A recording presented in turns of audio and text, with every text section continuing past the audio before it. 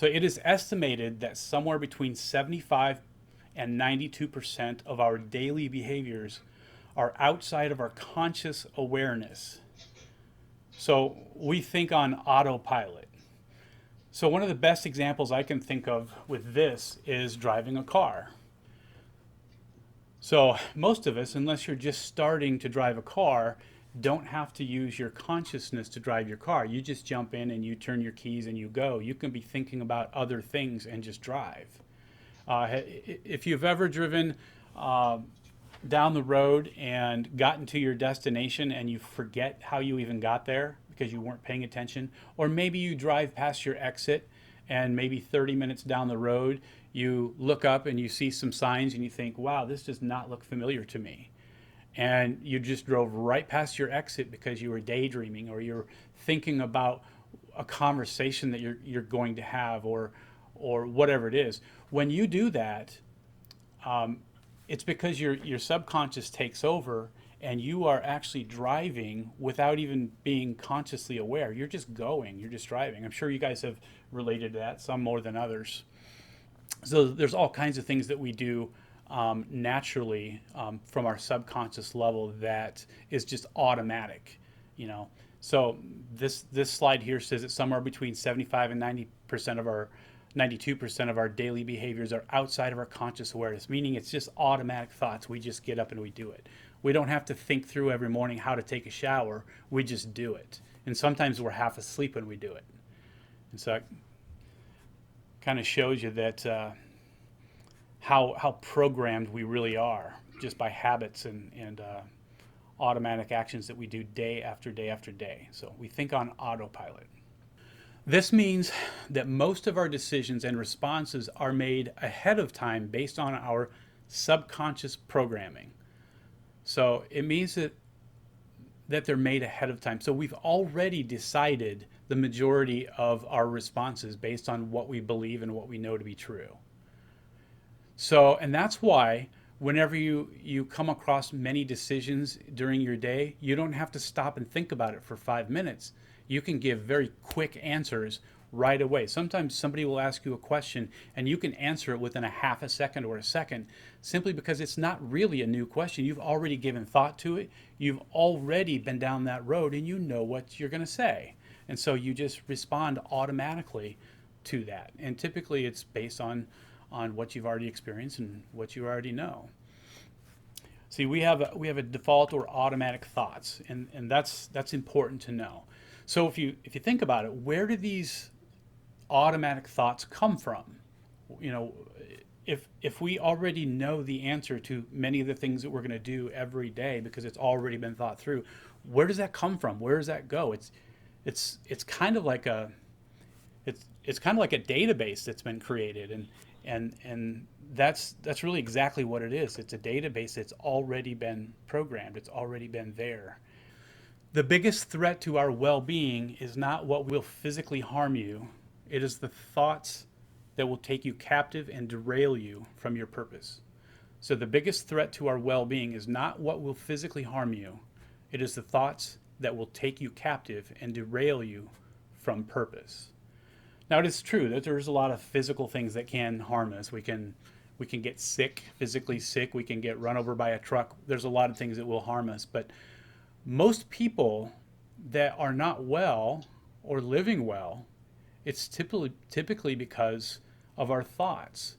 We hold values that are not necessarily high values. We accept things that we shouldn't be accepting, and we think of ourselves lower than what we should be thinking of ourselves. Or we don't think very highly of other people when we should be thinking highly of other people. Our thoughts determine everything about how we go about life, and it unfortunately sometimes thoughts that are negative will just derail us, and they'll keep us stuck for long periods of time. And it happens with all of us to some degree, but some people really get stuck and they just can't get away from these thoughts. And those thoughts, the reason why they struggle with this is because our thoughts come from our subconscious. They're those automatic thoughts, and we don't know how to get away from those. So All right, so another diagram here. So we're going to talk about the conscious mind versus the subconscious mind. So the top half of the page uh, is going to deal more with the conscious mind. So our conscious mind, that's the top half of the brain there that you see. The conscious mind is our thinking mind. This is it's our current level of awareness, or it's introspection, or the ability to examine ourselves. It's what it takes to make a decision in the moment, a conscious decision. If you've got two choices and you're going to choose what you're going to do, that's your conscious mind that determines what that is. We all have the ability to choose our thoughts, to accept, neglect, or reject thoughts that come into our mind, or information that comes into our mind. If somebody is lying to us or telling us something that just sounds uh, way too incredible to be credible, our brain has it has the freedom to choose to accept that lie, or neglect it, or to reject it. And we do this for all kinds of thoughts that come into us. We have bad information that comes to our brain, and we have good information that comes to our brain. And we have the ability to choose our thoughts, to accept, neglect, and reject. So that's important to know. So that's our conscious mind. That's how that works. Now, one thing that's interesting about our conscious mind is going back to the introspection, or the ability to examine ourselves. You can actually think about your thoughts. You can think about what you're thinking about. You can actually think from a neutral position and look down on yourself from maybe a bird's eye view and examine yourself. You can actually do that. And we all do that from time to time. Probably not as much as we should, but we can all examine ourselves from outside of our own self, just with our own consciousness. Now, that's the one thing that sets us apart from all other animals.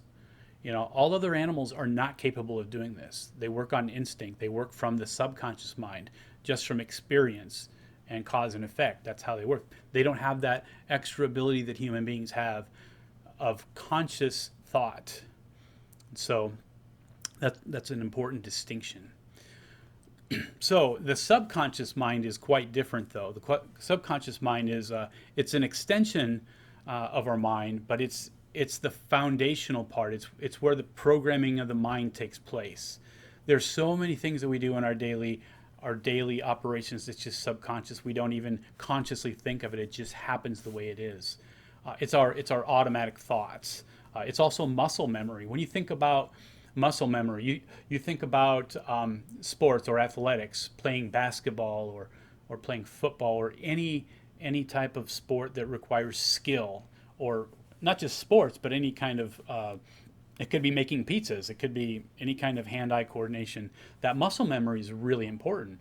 Once you consciously learn how to do that action, whether it be throw a football or make a supreme pizza, whatever it is, once your conscious mind does this enough times, it becomes subconscious, and you're able to do it without even thinking.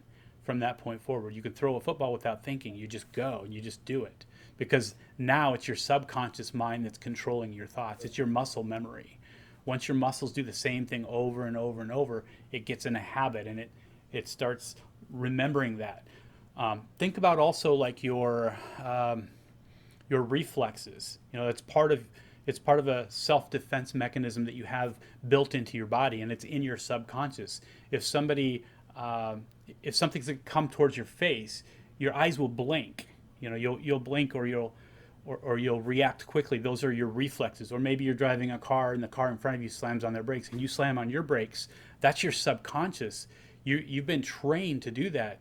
Sometimes your subconscious does that before your conscious mind even catches up. Anybody ever done that before? You slam on your brakes, and then after you slam on your brakes, you realize what just took place, and you're glad that your reflexes kicked in and saved your life or whatever. That's your subconscious mind kicking in. Your subconscious mind also, this is your habits and your addictions. Anytime you have a bad habit, you think about a bad habit that you don't want to do, but you just keep doing it, it's because it's already programmed into your brain to do it. It's been embraced by your subconscious mind. That's why addictions happen, because the more you do something, the more you become addicted. And it's your subconscious that grabs a hold of things and causes addiction. It's not your conscious mind. Your conscious mind is actually the way out of that. But it's your subconscious mind that keeps you doing these bad habits and keeps you addicted and keeps you doing the things that you don't necessarily want to do.